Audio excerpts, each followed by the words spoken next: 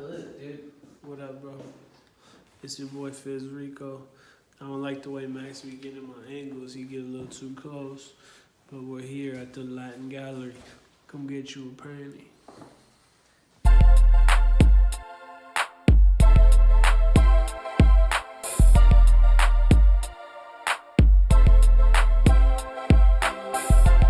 Yeah, I've been doing some work up here as well. It doesn't really stop. It could stop, but anytime I take off, it just makes you even further. I mean, you gotta get your mind right and stuff, but time taking off for me is like, if you miss like a week, it could feel like you miss a month, kind of. Yeah, shit moves fast.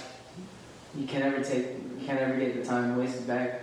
Yeah, I mean, that's why if I know I'm not working, I gotta just enjoy it because, yeah, there's no point in getting stressed out over it, but it is true. There's a lot of shit going on, especially me, like, I'm kind of like a freelancer, I guess is the word. So it's not like I'm working for a company where it's like, okay, fill out this paperwork, so do this assignment, and then when you're done, you're done. Like, for me, it doesn't stop. It could stop whenever I wanted, but it's like, okay, I can make a song for this artist and make that song, and I can go to bed, or I can work more and make another song for another artist. Right. So you can kind of gauge how much you want to do. Yeah. But for me right now, I'm kind of blessed where people want to work with me, want to use my music and production, so it's like, I didn't always have it like this, I guess. Mm-hmm. So for now, I'm kind of like trying to go with a lot of opportunities all at once. Yeah, that makes sense. You're getting a lot of phone calls, a lot of knocks on your door. Yeah, and another, that, and also like, people just record fast now, so it's like, I could make 5 beats and be the proudest I ever made and be like, these are going to be the dopest songs I ever made. Yeah. And they might turn into songs that are really dope, and I'm really happy, but the people are going to record the songs and then they're just going to be like, all right, send me more. Right. And they're like, thank you, your work is done. Yeah. That best case scenario is they're happy with your work and they want more. Right. And then so I have a couple main artists I'm working with, plus other ones. So who are the main artists you're working with? Well, I work with Lil Pump is my boy, Dub is my boy, and then I've been working with a lot of people from YSL, which is Thug's label, and then YRN, which is Migos label. Mm-hmm. But then I have more stuff, like a lot of LA rappers. And it's also like, they're always going to want beats. Everyone wants beats. Right. Because that's how a lot of people get inspired. I mean, they usually write. A lot of people write like freestyle or they just come up with the song after they hear the beat. Right. So they can be sitting there, they're waiting on the beat to get to work. Yeah. So how do you feel about that? Like in the process of just artists recording so fast nowadays, like do you feel like they're taking their time with your beat and they're appreciating for what it is, or are you just like, all right, cool, well, as long as they're doing something with it, at the end of the day, we're working? Yeah, well, I mean, obviously I want them to make a good song. Mm-hmm. You know, I think for me, the goal of making a song and to be with an artist is that it's going to get heard one day. Right. Now, the point is people do record a lot and they don't drop anything that they record. Mm-hmm.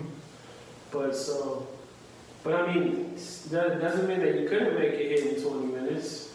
But I think that if it could have been better, then that can get a little, I don't know about awkward, but it's like, you have to pick your battle, like, is it even worth it for me to be like, bro, redo that first? Because if they want to drop the song and really care about it, then they'll be like, yo, let's get this part right. Yeah. But if I know that they're just recording in 20 minutes and they're like, next beat, then I'm like, does it even matter? Mm-hmm. Is this just going to be thrown in the recycling bin, you know? Yeah. Yeah. I mean, how does that work? Like, are people buying like a dozen beats from you at a time, or they're just buying like 1 or 2?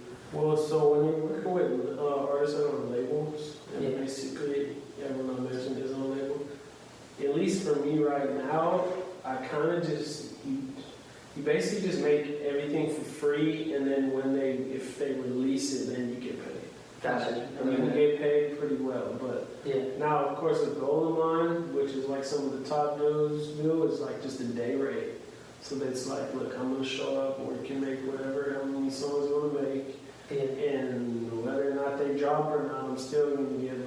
money. Plus, if they drop, I'll get paid again. Right. That's just like, but that's like, it's possible to get there, but it's not honestly that common. Yeah, Because if you're like pop artists or something, but for rappers, most of the time, you're not just gonna be like, well, give me 2,000 just to show up, But it's more like you show up, have the opportunity to make music, and if they use it, you'll get paid. Yeah. So yeah, a lot of it though is working for free, basically. You're putting a lot, so that means you're putting a lot of trust into these artists. Right. Well, that's what I try to make people I believe in. Right. If it's like, because at the end of the day, if it's a really dope artist or a dope song, I'm just be happy that we made this song. Yeah.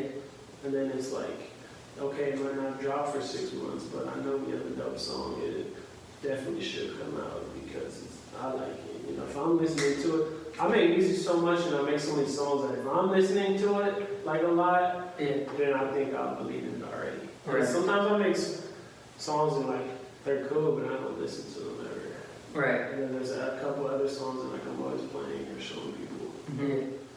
But again, it's not really my decision. I'm not the artist. I'm the producer. Yeah. So I'm not the one who's putting it out. When it comes out, it's not going to be a picture of my face usually saying, it's going to say produced by Fizzle, but Right. at the end of the day, the goal is to make a song that the artist likes. Because it's their song. Yeah. I'm just helping them look good. Right. But then I am kind of also trying to make like an album right now, like a Fizzle album.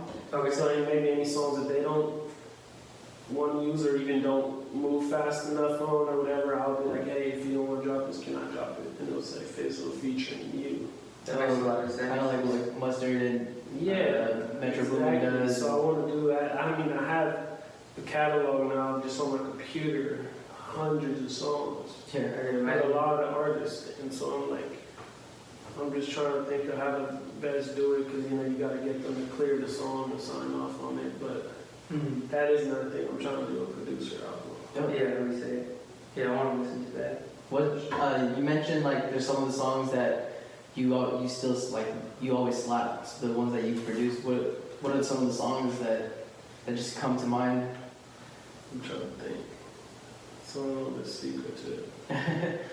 But Or like by I don't know. Even at sometimes I don't know what it is. Just certain songs will just stick with me more. Like even if I'll go in with an artist and we'll make 4 or 5 songs.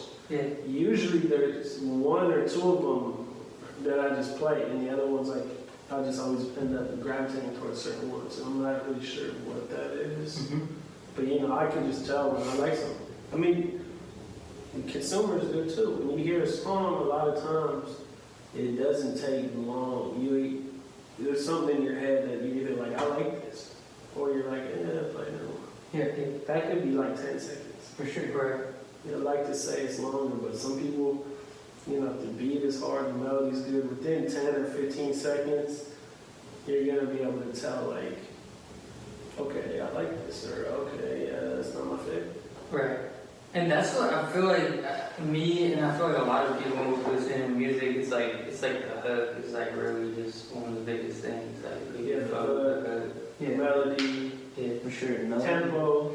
I mean, a lot of things go into it, but it's crazy because people who don't even necessarily know how to describe music, they're just, I like it or I don't like it. Right. But that might be the key it's in, the hook, the choice of sounds, that's what I'm really big on. Is like sound selection and also like making sounds. Like Dre was super. There's like a certain formula that works in producing a beat or making a song that people like. Yeah. Like you were saying, sound selection, certain instruments that you're going to pick, tempo and all that, because a tempo really makes a difference because obviously it's going to be either a club slapper or it's going to make you want to just chill in your car and smoke or whatever, Right, tempo is so important. I mean, tempo can have something to do with genre right around. Like, okay, this tempo, they're like, this is a Bay Area beat. This tempo is a Detroit beat. This is a LA beat. This is a Atlanta beat. Like, a lot of that is just straight tempo and sound choice too. But What tempo is like southern shit? so that'd be probably around like Anywhere slower though, anywhere from like 120 to like 150. Okay. I mean, it depends on certain songs, I can tell you, but like I'd say Atlanta beat that you're thinking of is like 130. Okay. Mind you, LA beat could be more like 200. Okay. So like, you know, like a DJ Mustard beats 100 BPM, which is the same as 200 really. You can divide it. So, but that's like, you know, I'm different, yeah, I'm different. Then Right. that's like 100, 200 BPM. Okay. But then like Migos song like, I don't know why you came in this club with you, girl. That's like 130, so that's way slower. Or you can say it's 65 as well. Right. Now they're both turn up club songs, but it's a completely different tempo. Yeah.